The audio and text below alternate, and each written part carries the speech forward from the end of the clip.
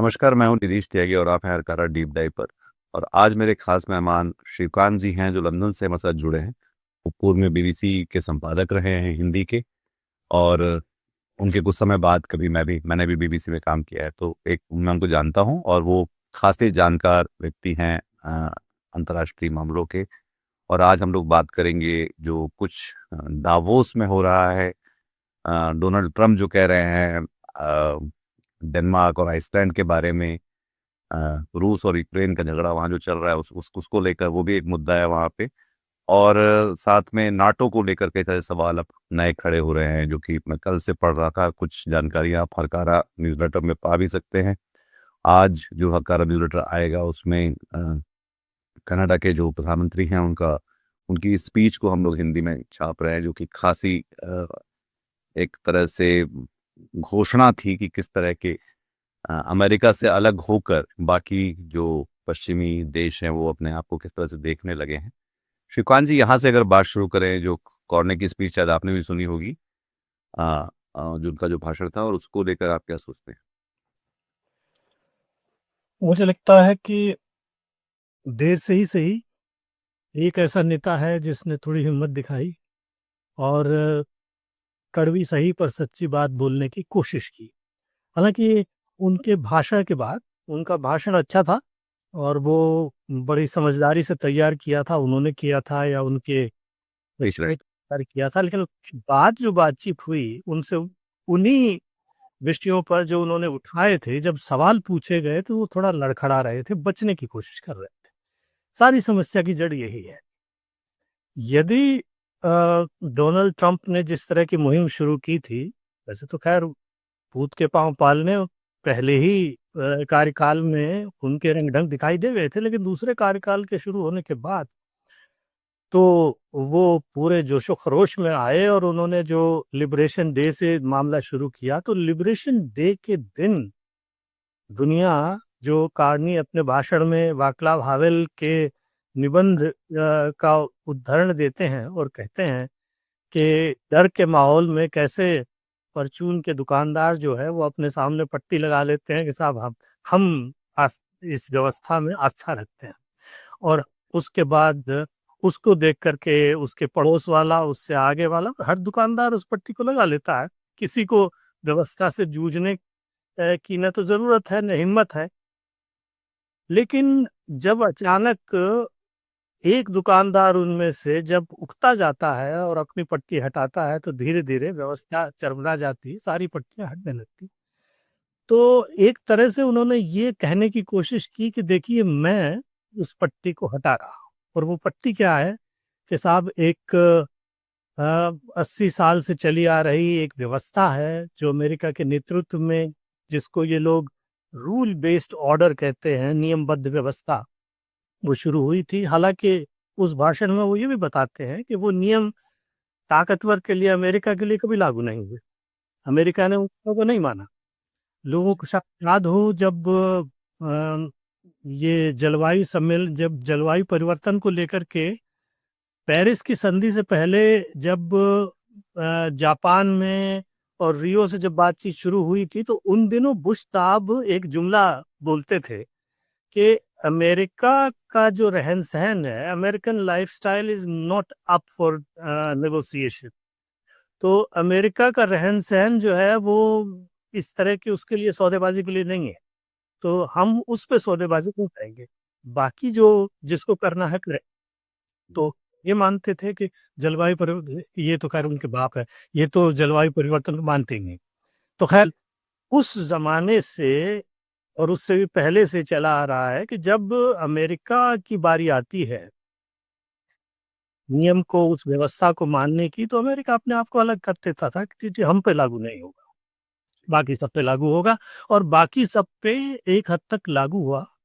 जिनको ये गांधी साहब कह रहे थे मिडिल, क्या नाम से, जो मध्य निश- मध्यवर्ती शक्तियां हैं, जी। मिडिल पावर्स, हम्म। तो मिडिल पावर्स पे भी लागू होता था और छोटी पावर्स पे तो लागू होता ही था। उनके लिए तो बनी थी व्यवस्था, तो कम से कम उन पे व्यवस्था लागू थी, चलती थी। और वो इसलिए चलती थी कि अमेरिका का, मतलब सच बात यह है कि अमेरिका का डंडा भी था। कि स्थिति ये थी कि अगर उस अप्रैल के जो लिबरेशन डे के दिन पूरी दुनिया ने ये ठान या ये कम से कम सोचा होता कि क्यों ना हम मिल करके ये कहें कि ठीक है, आप जो है वो 30 साल की गैर वार्ताएं चली थी और उनके बाद जो विश्व व्यापार संगठन है इसकी व्यवस्था बनी थी, ये भी अमेरिका के नेतृत्व में बना था। कि बताना है कि जो सबसे बड़ा वैश्वीकरण का हिमायती रहा है, जो सबसे बड़ा मुक्त बाजार व्यवस्था का हिमायती रहा है, जिसकी वजह से डावोस शुरू हुआ, ये जो डावोस का जो सारा तामझाम है ये उसी के लिए है। वही सबसे आगे आते थे और आज समय का पहिया पूरी तरह घूम गया है। वो इसके सबसे जो है वो विरोधी हो गए हैं। आज आकर के ट्रम्प साहब वहाँ क्या कहेंगे और उसको कैसे लिया जाएगा, इसको सबकी बड़ी भारी दिलचस्पी है, क्योंकि ये विचारधारा का 360 टर्न है एक तरह से। बिल्कुल। खैर, उस वक्त अगर पूरी दुनिया ने एकजुट होकर के ये फैसला कर लिया होता कि ठीक है, बहुत हो गया, हम इसे बर्दाश्त नहीं करेंगे, ये तो एक तरह की फिरौती मांगना हुआ कि आपको अगर हमारे यहाँ कारोबार करना है तो मैं जिस पे जितना टैरिफ लगाऊंगा उसको उतना टैरिफ देना होगा, नहीं तो आप नहीं कर सकते। तो ये दुनिया को गवारा कैसे, और इसमें पहल करनी चाहिए थी यूरोप को, जो कि दोस्त है। भाई दोस्त किसी लिए होते हैं कि जब दूसरा दोस्त जो है वो बड़ी भारी गलती करने लगता है तो उसको समझाने के लिए होते हैं कि भैया नहीं नहीं ये नहीं चलेगा। और उस दोस्त के फिर दोस्त मतलब आप जो है चीन को मिला ले, भारत को मिला ले, तो इस तरह के 5 7 10 देश मिल करके ये कहते कि ये नहीं चलेगा तो बाकी देश भी साथ आ जाते और एक ही दिन में ट्रम्प साहब घुटने पे आ सकते थे। इनके बारे में तो कहा जाता है कि ये टैपो हैं। टैपो जो है इनके बारे में वो एक्रोनिम चला हुआ है कि ट्रम्प ऑलवेज चिकन्स आउट, उसका टैको बना रखे।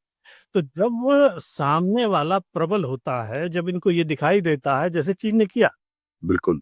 चीन पिछले 20 साल से इसी दिन की तैयारी में था। चीन के बारे में आप कुछ भी कहें, लेकिन चीन की दो बातें जो है मुझे बहुत अच्छी लगती हैं। एक तो वो जिस भी योजना को लेकर चलते हैं उसमें वो जो है समहाउ ओवर अचीव करते हैं। जनसंख्या नियंत्रण को लेकर चले, ओवर अचीव किया। इंडस्ट्रियलाइजेशन को लेकर चले, ओवर अचीव किया। व्यापार पूरा पूरा फैलाना है और जो है वो हब बनना है मैन्युफैक्चरिंग का, तो ओवर अचीव कर लिया। अब ऐसा है कि ग्लट है, अब उनके सामने समस्याएं हैं, हम जी। उन समस्याओं को लेकर चर्चा कर सकते हैं, उनकी हंसी उड़ा सकते हैं, लेकिन देखें उन्होंने जिस काम में हाथ डाला उसको ओवर, और इसको भी ओवर अचीव किया कि ट्रम्प एक दिन आएगा, उनको ये एहसास था तो उसकी तैयारी कर रखी थी। और ये प्रतिबंधों के बाद चीन का जो विदेश व्यापार है वो 10% बढ़ा है। कोई दूसरा का दावा नहीं कर सकता, चीन कर सकता। जी।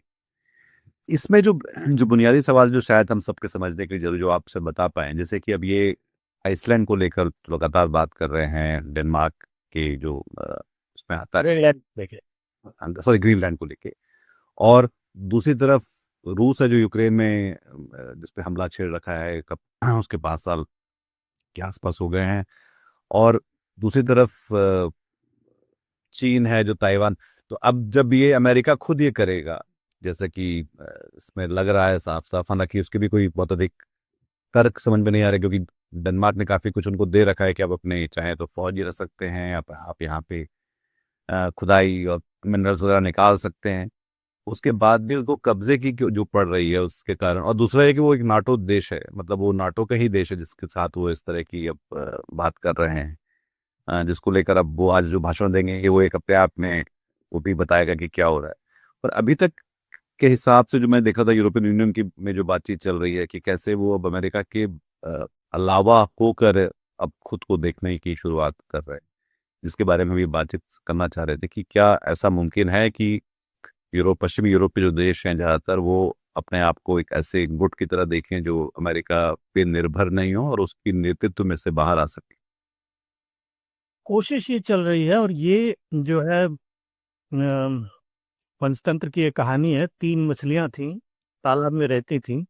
एक जो है वो, एक का नाम अनागत विधाता था, एक प्रत्युत्पन्नमति था, एक यद भविष्यत था।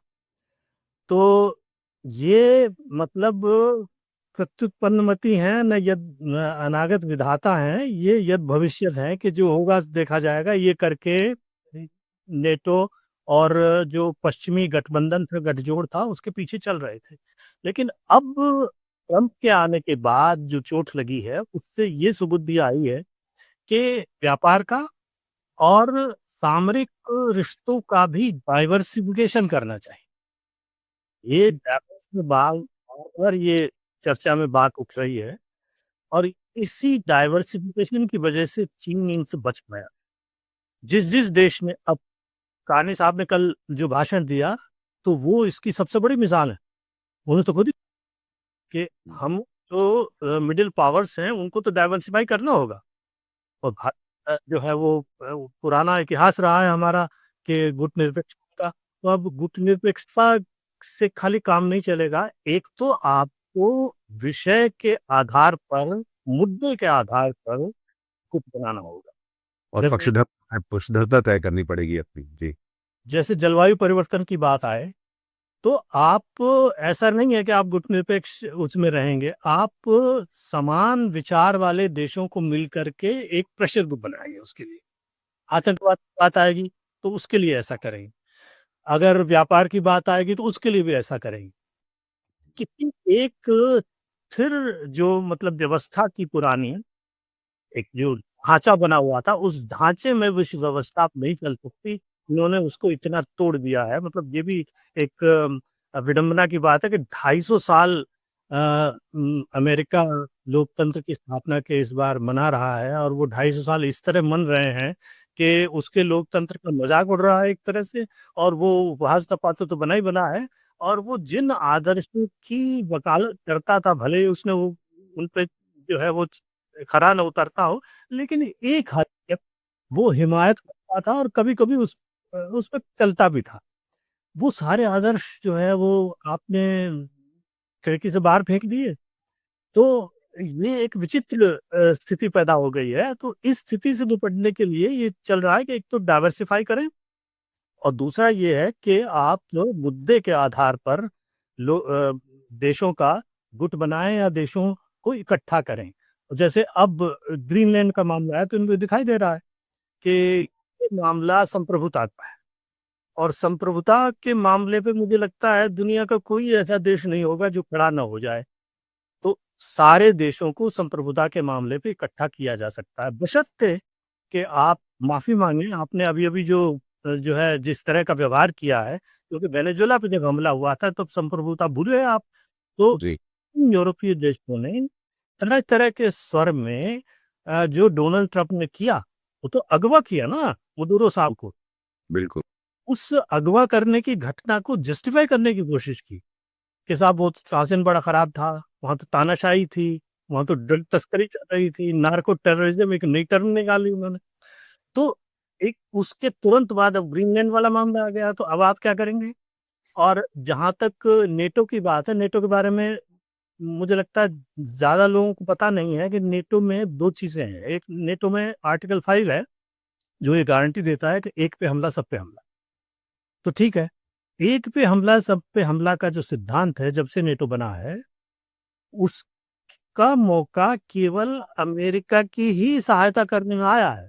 ऐसा कब जी। एक किस दूसरे नेटो पर देश पे हमला हुआ और अमेरिका उसके बचाव में आ गया हो? क्योंकि सोवियत संघ ने जितना मर्जी इनका शीत युद्ध में जो है वो झगड़ा चलता आ रहा था, लेकिन नेटो के किसी सदस्य देश पे सोवियत संघ ने, बाकी किसी की हिम्मत ही नहीं थी, वही महाशक्ति था दूसरी, उन्होंने हमला नहीं किया, और किसी ने भी हमला नहीं किया। तो इसी नौबत ही नहीं आई कि अमेरिका किसी देश की हिमायत के लिए आता है। नेटो देश, नेटो संगठन की अपने आप में ऐसी धाक थी। इनके ऊपर जब हमला हुआ था 9/11 पे, तब बात वो देश मिल करके इनके साथ गए, और वो अफगानिस्तान की लड़ाई में साथ रहे, इराक की लड़ाई में साथ रहे, उन्होंने अपने सैनिक भी बनवाए। तो ये है बार बार। अभी ट्रम्प साहब का नया जुमला आ गया, डेनमार्क के सबसे अधिक अधिक फौजी थे उस डिप्लॉयमेंट में 9/11 के बाद। जो और ये कह रहे हैं कि मतलब बड़े तल्ख के साथ कि क्या नाम, मैक्रो साहब जो है, फ्रांस क्या कल को अगर हमारे ऊपर हमला होगा तो हमें बचाने हमारी हिफाजत फ्रांस करेगा। मतलब हम तो नेटो की फ्रांस की हिफाजत करने के लिए तैयार हैं, करते हैं, करते आए, कर लेंगे, लेकिन क्या हमारे ऊपर कभी हमला होगा तो फ्रांस हमारी हिफाजत करेगा? ठीक है, कल को मान लो चीन आप पे हमला करे या रूस हमला कर दे, क्योंकि वो बड़ी भारी न्यूक्लियर पावर्स हैं, तो हो सकता है फ्रांस उस तरह से हमला। लेकिन आप ये गठबंधन बनाया है, तो गठबंधन के जो छोटे साथी हैं उनका इस तरह से मजाक बनाएंगे आप खुलेआम? अच्छा, दूसरी बात ये है कि एक बात तो ये है कि ऐसा नौबत नहीं आई, पहली बार नौबत आई है। और नेटो का जो दूसरा सिद्धांत है ये तो है कि एक पर हमला सब पर हमला, लेकिन एक नेटो देश अगर दूसरे पे हमला कर ले तो क्या होगा? तब बाकी के नेटो देश इसी तरफ जाएंगे। तो जी। इस बारे में नेटो का संविधान स्पष्ट है, और इसकी एक मिसाल हमें मिलती है जब तुर्की ने साइप्रस में ग्रीस का जो साइप्रस वाला हिस्सा है उस पर हमला कर दिया था। तो एक नेटो देश ने दूसरे नेटो देश पर हमला किया, तो बाकी नेटो देशों ने क्या किया? कोई न तुर्की के बचाव में आया, न कोई ग्रीस के बचाव में आया। अमेरिका ने अपने प्रभाव का इस्तेमाल किया और बीच बचाव करा। तो ये केवल एक मिसाल हुई, लेकिन ये जो होगा, जो ये ग्रीनलैंड में करना चाह रहे हैं, ये तो एक नेटो देश पे दूसरे नेटो देश का हमला होगा। और ये जो देश है डेनमार्क, इनकी दोस्ती नेटो की नहीं है, 225 साल पुरानी दोस्ती है। जी। एक पहले एक वर्जिन आइलैंड है जिसको यूएस वर्जिन आइलैंड कहते हैं, अंडमान महासागर में, वो 1917 में इन्होंने डेनमार्क से ही खरीदा था। तो इनको खून मुंह लगा हुआ है, वो ये सोच रहे हैं कि अभी इतना बड़ा ग्रीनलैंड है, ये भी हमें दे देंगे। तो ग्रीनलैंड बात तो नहीं है। दूसरा जो महायुद्ध हुआ था, दूसरे महायुद्ध में ग्रीनलैंड वाकई में एक तरह से अमेरिकी छावनी बन गया था। यहाँ 50 के 100 अमेरिकी अड्डे थे, और उनका काम केवल ये था कि हिटलर की पनडुब्बियां और वो जहाज जो उत्तरी सागर से होके आते हैं, क्योंकि ग्रीनलैंड जो है वो अमेरिका और यूरोप के बीच में पड़ता है, उत्तरी अंड महासागर की दृष्टि से वो बड़ा महत्वपूर्ण है। तो जी। इंग्लैंड और आइसलैंड और यूरोप, उसके बीच के जो जो दो चैनल हैं समुद्र के, उन दोनों की रखवाली ग्रीनलैंड से होती थी और अमेरिका करता था। इसीलिए युद्ध समाप्त होने के बाद जब अमेरिका को जरूरत पड़ी, शीत युद्ध का दौर शुरू हो गया, तो अमेरिका ने जो सोवियत मिसाइलें आएंगी उनको इंटरसेप्ट करने के लिए ग्रीनलैंड में अपने अड्डे बनाए और उसका इस्तेमाल किया। 1951 में बड़ी भारी संधि हुई थी, उस संधि के तहत डेनमार्क ने उनको सारे अधिकार दे रखे हैं। तो ये जो कह रहे हैं कि साहब अब हमें वो जो गोल्डन डोम बनाना है, उस गोल्डन डोम के लिए हमें ग्रीनलैंड चाहिए, तो वो तो है ना आपके पास, आप गोल्डन डोम है वो लीज पे लेके बना लीजिए। आपको मना कौन कर रहा है? कल को आप कहेंगे कि हम तो जापान की रखवाली इसलिए नहीं कर सकते क्योंकि जापान तो हमारे कब्जे में नहीं है। जी। जापान में आपने वो सैनिक अड्डा जो है वो क्यों रखा हुआ है? दक्षिण कोरिया में क्यों रखा हुआ है? जी। ये सारे जो यूरोपीय देश हैं, इनको 4 बार सोचना होगा कि इनकी सुरक्षा गारंटी का कोई मतलब भी है। बिल्कुल। सुरक्षा गारंटी का अगर मतलब है तो ग्रीनलैंड को भी सुरक्षा गारंटी होनी चाहिए। जी। कह रहे हैं कि साहब मैं युद्ध रुकवा दूंगा यूक्रेन में, और यूक्रेन को सुरक्षा गारंटी चाहिए, और सुरक्षा गारंटी अमेरिका की सबसे पुख्ता सुरक्षा गारंटी है, और वो उन्होंने दे दी। तो उसका मोल क्या है? जब ग्रीनलैंड में नहीं चल रही तो वहां कैसे चल जाएगी वो? नहीं, शुरू में उन्होंने यूक्रेन से भी कहा था कि तुम हमको ये अपने रेयर अर्थ मिनरल दो, ये सब दो। और फिर वो बातचीत जब उनके बीच चली, जब उन्होंने जेलेंस्की को काफी जलील किया था, तो पर वो भी एक बड़ा मामला है कि अगर वो डेनमार्क में जब, क्योंकि एक एक वो तो जंग चल रही है, लोग दोनों तरफ मर भी रहे हैं, और पुतिन मानते हुए दिखलाई नहीं पड़ रहा है। साल भर हो गया है ट्रम्प को सत्ता में आए हुए दोबारा, और वो कह रहे थे मैं तो आते ही युद्ध रुकवा दूंगा, तो वो तो रुकता हुआ दिख नहीं रहा। और जब ये डेनमार्क वाली जब बात चलेगी तो उसका उस यूक्रेन और रूस वाले युद्ध में क्या असर पड़ेगा उस? देखिए, एक तो इन इनका जो पाखंड है ना वो सामने आएगा। एक तरफ तो ये कह रहे हैं कि रूस इतना बड़ा खतरा है कि उसका मुकाबला हम ही कर सकते हैं, और उसके लिए हमें ग्रीनलैंड चाहिए। दूसरी तरफ यूक्रेन में वो सारी मांगे पुतिन की पूरा करने के लिए तैयार हैं। पुतिन ने जो 20% यूक्रेन को दबा लिया है वो भी उसको देने के लिए वो दिलवा रहे हैं, तैयार नहीं है। वो दबाव डाल रहे हैं यूक्रेन वो पे। उनकी उनकी तरफ से वकालत कर रहे हैं दरअसल, साफ साफ वो रूस की तरफ से, मतलब वो यूक्रेन की तरफ से वकालत नहीं कर रहे। ये भी कैसी विडंबना है, वो रूस की तरफ से वकालत कर रहे हैं। बार बार कई बार कह चुके हैं कि वो तो बहुत मजबूत नेता हैं और वो तो सुपर पावर है। तो ये जो ग्रीनलैंड वाला मामला है, इसके बारे में लोग सोचेंगे नहीं क्या? और लोग सोच रहे हैं कि वही व्यक्ति जब यूक्रेन की बात आती है तो कुछ और भाषा बोलता है, और जब ग्रीनलैंड की बात आती है तो कुछ और भाषा बोलने लगता है। तो या तो रूस आपका दुश्मन है, या फिर रूस आपका दुश्मन नहीं है। एक मिनट में जो है वो बहुत बड़े दोस्त बन जाते हैं पुतिन। और कल को अगर समझौता हो जाए यूक्रेन वाला, यूक्रेन की सुरक्षा होगी नहीं होगी, ये तो मतलब मामला भविष्य बताएगा। और मुझे तो लगता है अमेरिका की गारंटी का कोई मतलब ही नहीं है यूक्रेन में। जैसे तैसे करके अगर इन्होंने समझौता करा लिया तो उस समझौते, इनकी इनकी नजर केवल रूस के साथ तेल व्यापार, रूस में जो रेयर अर्थ हैं उन सारे चीजों को हथियाने। इनको ये लग रहा है कि इतनी बड़ी मार्केट जो है उसमें इनका अभी तक कोई लेन देन नहीं है, इनको कुछ पैसा नहीं मिल रहा है। तो वहां इनको पैसा दिखाई दे रहा है, वहां इनको मजबूती दिखाई दे रही है। ये केवल रूस से अपने व्यापारिक संबंध बढ़ाना चाहते हैं, और इनका कोई मतलब नहीं है। रूस से कोई दुश्मनी नहीं है, और अगर रूस से दुश्मनी नहीं है तो फिर ग्रीनलैंड क्यों ले रहे हैं, ये यही जान। ये केवल महान बने। इसमें सवाल शायद एक ये है कि क्या ये जो ट्रम्प की नीति है पुतिन को लेकर और पुतिन के जरिए रूस को लेकर, क्या वही अमेरिका की नीति भी है? क्योंकि उनके तो कोई अभी तक का जो 250 साल का जो पुराना एक चला आ रहा है, जिसके हम जो दुनिया को जिस तरह से देखते रहे हैं अपने बचपन से, तो उसमें ऐसा तो कभी नहीं हुआ कि अमेरिका का जो राष्ट्रपति है वो रूसी राष्ट्रपति या रूस की तरफ से जो है वो बैटिंग करता हुआ दिखलाई पड़े। ये पहली बार हो रहा है। तो इसलिए ये सवाल कि वो व्यापार के लिए कर रहा है या इसमें कोई और भी कारण हो सकते हैं जो कि हो सकते हैं, चाहे वो चुनाव को लेकर हो या कुछ और हो, जिसके बारे में लगातार और भी लोग ऐसे कयास लगाते रहते हैं। अफवाहबाजी तो चलती है, अफवाहबाजी इसकी चलती है। एक जो है वो पुराने जमाने की कुछ ऐसी फाइलें हैं, जी ये मारे इनकी रग दबी हुई है, तो जी ये कारण हो सकता है। जी लेकिन कुल मिलाकर के ये एक बात तो ये साफ है कि ये अमेरिका की नीति नहीं जी कि जिसे ये डीप स्टेट कहते हैं, ये डीप स्टेट की नीति नहीं है कि रूस के साथ वो इस तरह के अपने जो है वो रिश्ते बढ़ाए। लेकिन एक एक तो सबसे बड़ा सवाल ये है कि ये जो अगले 3 साल रह करके ये कितना और उस नीति को बदलेंगे, उसमें कितना लोच आ जाएगा, कितना पानी और बह जाएगा पुल के नीचे से। और दूसरी बात ये है कि ये कार्यकाल इनका खत्म हो जाएगा इसके साथ ही, इसकी भी कोई गारंटी नहीं है।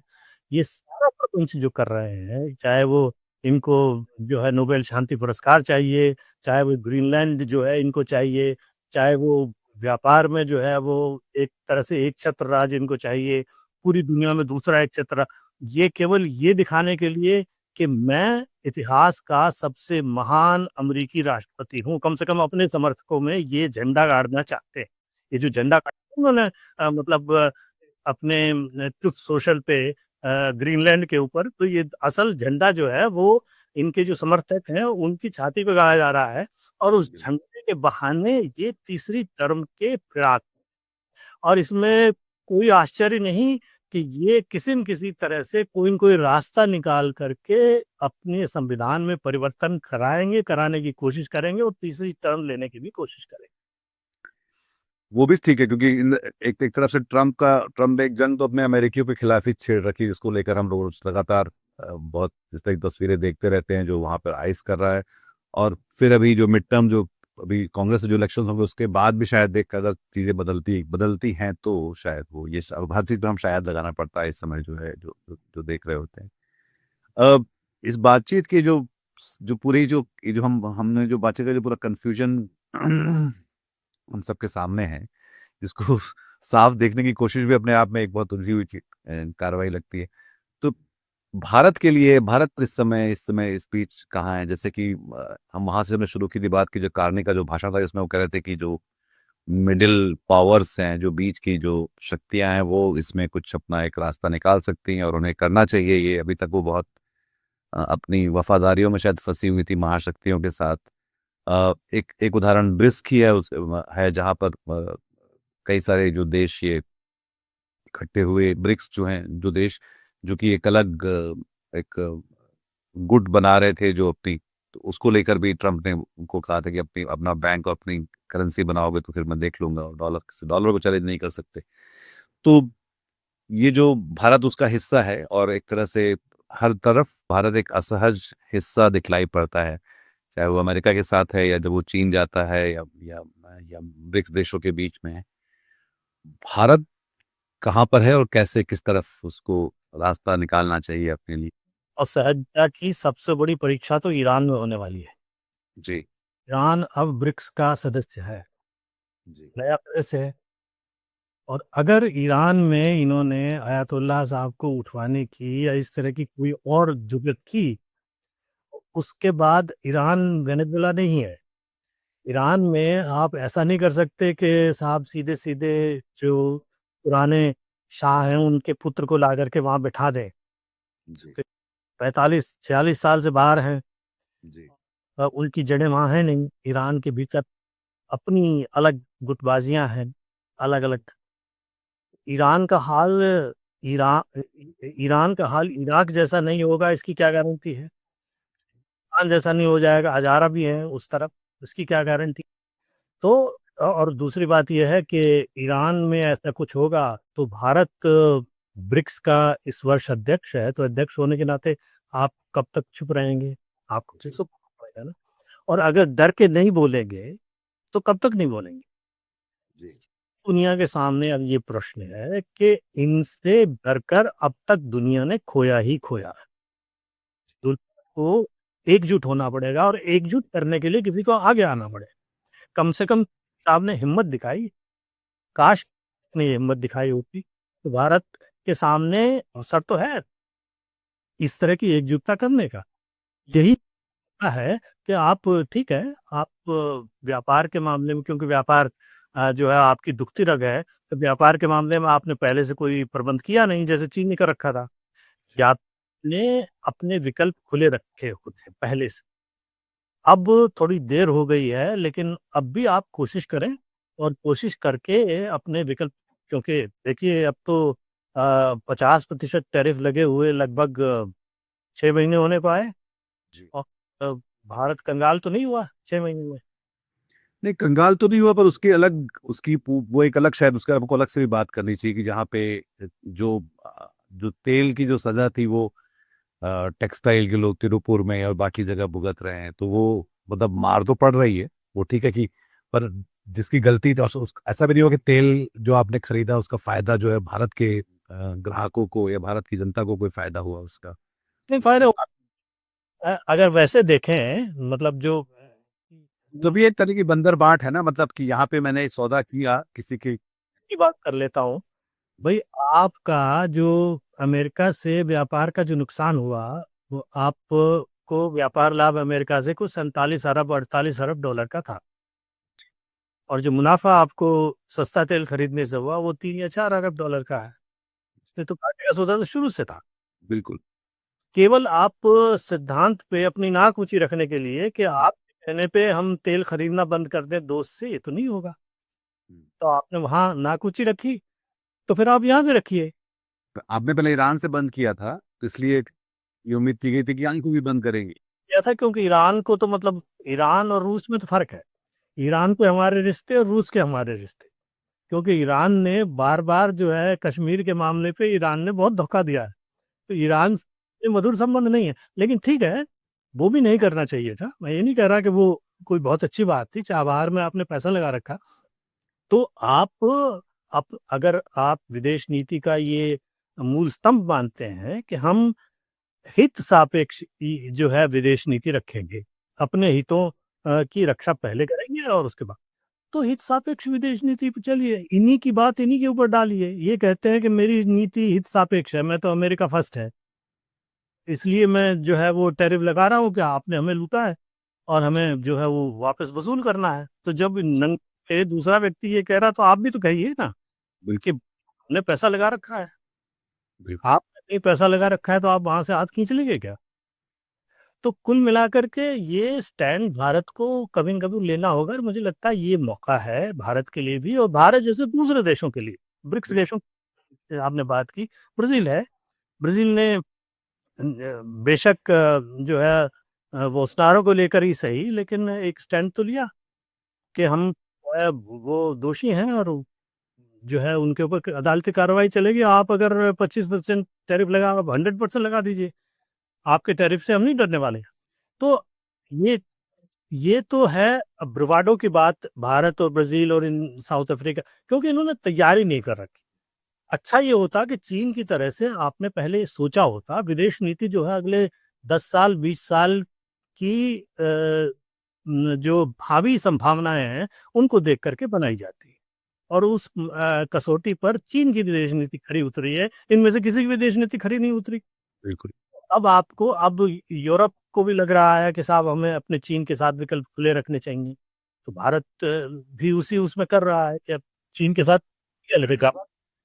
कार्नी ने जाके चाइना जाके तो अभी चीन जाके उन्होंने एक पूरा सौदा टैरिफ को एकदम कम भी कर दिया, और उन्होंने करीब 44,000 उनकी व्हीकल्स गाड़ियां अब देखिए ना, सबसे बड़ा अमेरिका सबसे बड़ा मिसाल है आपके सामने। अमेरिका, अब ट्रंप तो कल आए हैं, लेकिन इससे पहले जितने भी प्रशासन हुए हैं वो अमेरिका चीन को प्रतिद्वंदी, धीरे धीरे करके वो प्रतिद्वंदी दुश्मन में बदलता जा रहा है, क्योंकि बराबर की ताकत खड़ी हो गई है।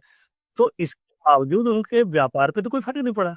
सबसे बड़ा व्यापारिक साझेदार वही है और सबसे बड़ा दुश्मन वही है। तो जब अमेरिका कर सकता है और खुलेआम कर सकता है और आदर्श भी बघार सकता है, तो आप भी कर सकते हैं। तो मतलब हर देश को ये सोचना होगा कि अपने विकल्प खुले रखें। अगर कल को लद्दाख में कुछ हो तो मतलब आपके साथ कौन है दुनिया में? ये मतलब ये सवाल हम चाहे पूछना ना चाहें और ये अजीब लगेगा, पर जाहिर तौर पे ये एक सवाल है कि अगर वो ताइवान की तरफ जाता है तो आपको जो भी थोड़ी बहुत एक नैतिक वाली बात होती है कि हाँ भाई आप ये नहीं कर सकते, तो अगर अमेरिका करेगा तो फिर तो सभी लोग कर सकते हैं। बिल्कुल कर सकते हैं। और ये देश के लिए कि, और ये यूक्रेन, मतलब इन सारे प्रकरणों से पहले ये तो यूक्रेन से सीख मिली है। जी। यूक्रेन ने 1994 में बुडापेस्ट मेमोरेंडम के जो है बहकावे में आके अपना तीसरा सबसे बड़ा न्यूक्लियर आर्सेनल जो था वो रूस को सौंप दिया। जी। उसने गारंटी दी थी, अमेरिका सबसे बड़ा गारंटर था, और दूसरा ब्रिटेन था, और तीसरा फ्रांस था। अब वो तीनों कहाँ हैं? 5 साल 4 साल से लड़ाई चल रही है। तो अगर इनके पास इस वक्त वो न्यूक्लियर जो है वो हथियार होते तो क्या अब बिल्कुल। तो असली जो इससे सीख मिली है वो ये है कि महाशक्ति या मध्य शक्ति बनने के लिए पहली शर्त ये है कि आपको रक्षा में आत्मनिर्भर होना पड़ेगा। आज चीन क्यों शब महाशक्ति की श्रेणी में आ गया है कि चीन ने आज से 15 साल पहले किसी भी तरह के रक्षा जो अस्त्र शस्त्र हैं उनको दूसरे देशों से लेना बंद कर दिया। अब केवल वो देश हैं रूस से और अमेरिका से इंजन खरीदते हैं, बाकी मिसाइलें अपनी बनाते हैं, अपने जो है लड़ाकू विमान अपने बनाते हैं, सारे टैंक हथियार सब अपने बनाते हैं। ये पिछले जो है 10-20 साल के दौरान हुआ है। तो जब तो आप क्यों नहीं कर सकते? आपकी तो 10 साल 80 साल पुरानी इंडस्ट्री है ये, अभी तक क्या किया? बिल्कुल। क्या इसके पीछे एक और बात है जो समानता, जो ऋषिकांत, थोड़ा सा एक सवाल ये है कि जो व्यक्तिवाचक जो रणनीति, राजनीति, अंतर्राष्ट्रीय जो संबंध होते हैं, जो कि यहाँ जहाँ पे हम जैसे डोनाल्ड ट्रंप को देखते हैं और नरेंद्र मोदी को देखते हैं, हम भी उनको पिछले 11 साल से यहाँ देख रहे हैं, तो उसके कारण आपको लगता है कि कोई हमारी अंतर्राष्ट्रीय रणनीति में जो है अच्छा या बुरा उसके साथ असर हुआ है उसका?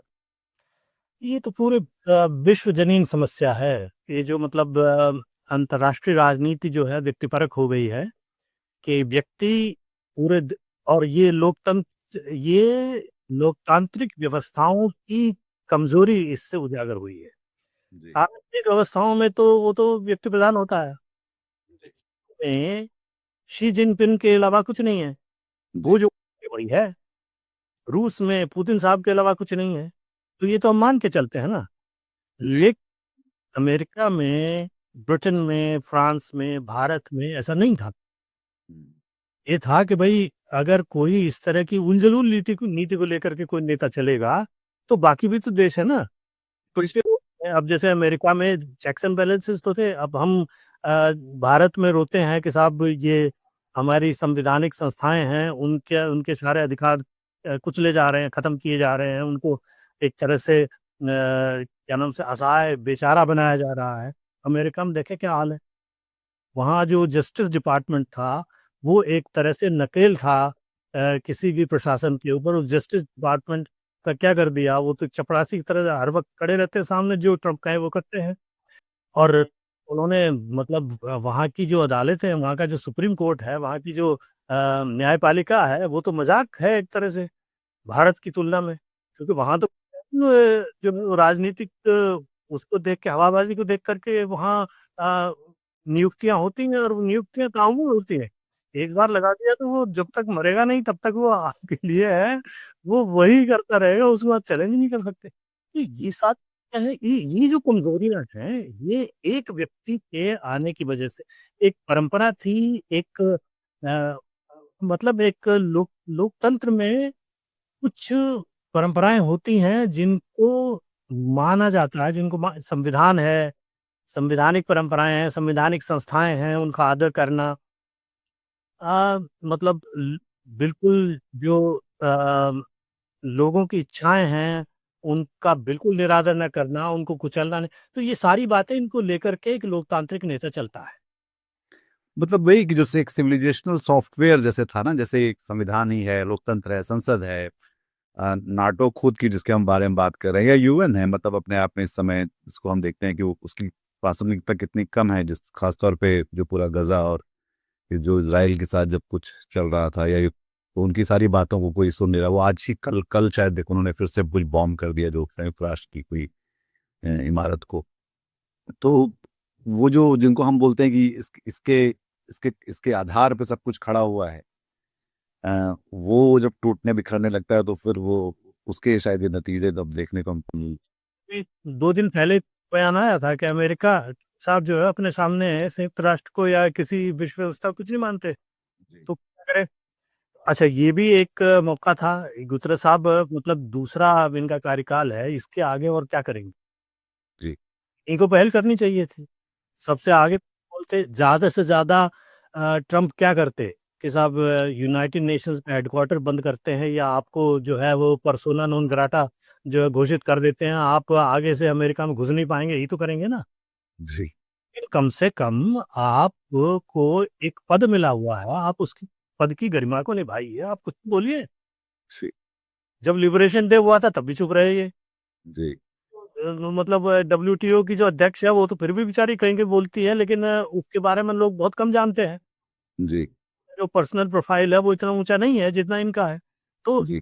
इनकी भी बहुत बड़ी बड़ी कमजोरी है, बहुत कमजोर महासचिव साबित हुए हैं, सही से। ये गजा को लेकर अभी जिसको मतलब अब एक तरफ से पुतिन जो है इनके वॉर क्रिमिनल हैं जो हेग के कोर्ट के, और उसको वो गजा की पीस कमेटी में शामिल कर रहे हैं कि आप आइए यहाँ शामिल हो जाइए, मतलब ये प्रेतन कर रहे हैं।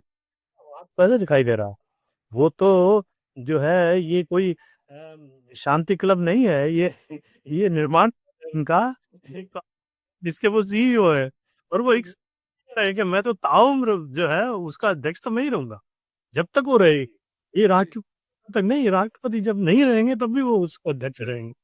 तो ऐसे में एक ही तरफ देकर के आई ये है कि आप नागरिकता चाहिए तो आप जो है 5 क्या कहते हैं $1 million दे दीजिए, तो आपको प्लेटिनम कार्ड मिल जाएगा। आप डाकू हैं, चोर हैं, उचक्के हैं, आपने कहीं से पैसा इकट्ठा किया है, आप $5 million दे दीजिए, हमेशा में एक ये मिलेगा। से थोड़ा सा प्रोसेस के थ्रू आ जाइए।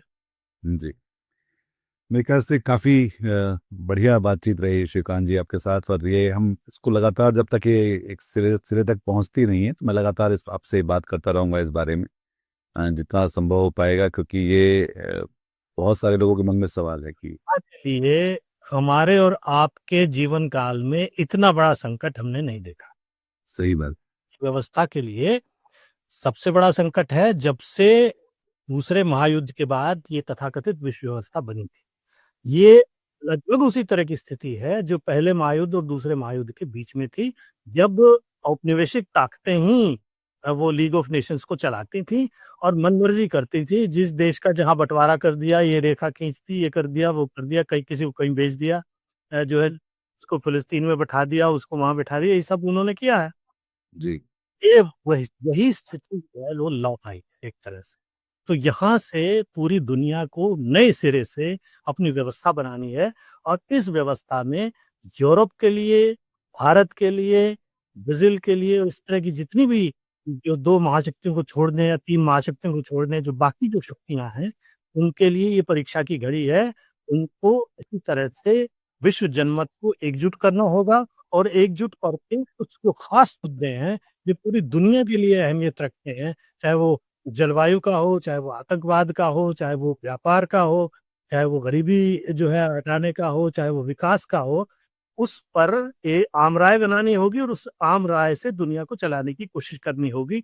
और मुझे लगता है ये वक़्त आ गया है कि ये जो सिक्योरिटी काउंसिल जो है ना, जो वीटो पावर जिसमें शक्तियों को मिली हुई हैं, इसको खत्म कर देना चाहिए। इसकी कोई ज़रूरत नहीं है, केवल संयुक्त राष्ट्र महासभा रखिए, महासभा बुलाइए और उसमें जिस तरफ मेजॉरिटी हो, वो काम करवाइए। सही बात। बहुत शुक्रिया श्रीकांत जी। और आपको एक बातचीत अगर पसंद आई तो उसको लाइक करिए, इस चैनल को सब्सक्राइब करिए और अपने हम ख्याल लोगों के साथ इसको साझा करिए। बहुत शुक्रिया आपका। श्रीकांत जी नमस्कार। और आप को भी नमस्कार। अपना ख्याल रखिए। आज की ताजा खबर, आज की ताजा खबर, आज की ताजा खबर। आओ काका जी इधर, आओ मामा जी इधर, सुनो दुनिया की खबर।